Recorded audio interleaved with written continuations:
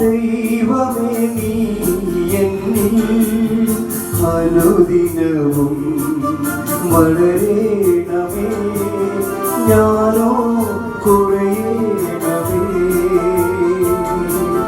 സ്നേഹമാം ദൈവമേ നീ എന്നിൽ അനുദിനവും വളരേണമേ, ഞാനോ കുറയണമേ.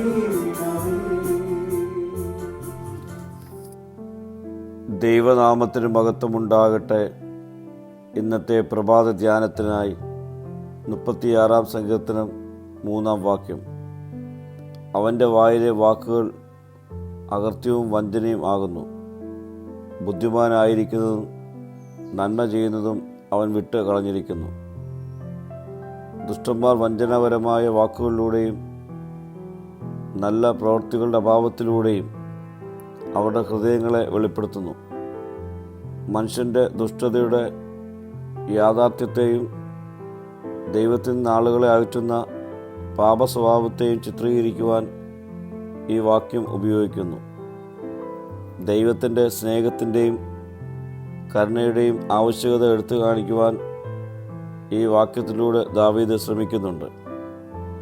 ജ്ഞാനത്തിൽ നിന്നും നീതി പ്രവർത്തികളിൽ നിന്നും അകന്നു മാറുന്നതിനെയും പ്രത്യക്ഷമായ ധാർമ്മികതയുടെ അവസ്ഥയിൽ നിന്ന് ദൈവത്തിനെതിരെ തുറന്ന മത്സരത്തിലേക്ക് നീങ്ങുന്നതിനെയും ഈ വാക്യം എടുത്തു കാണിക്കുന്നു.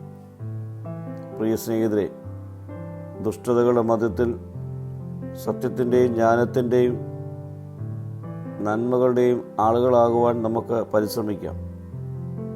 ദാവീദിനെ പോലെ നമുക്കും പ്രാർത്ഥിക്കാം.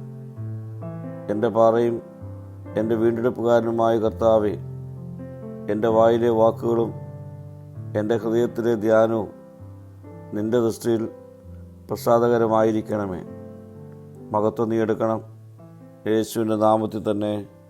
ആമീൻ.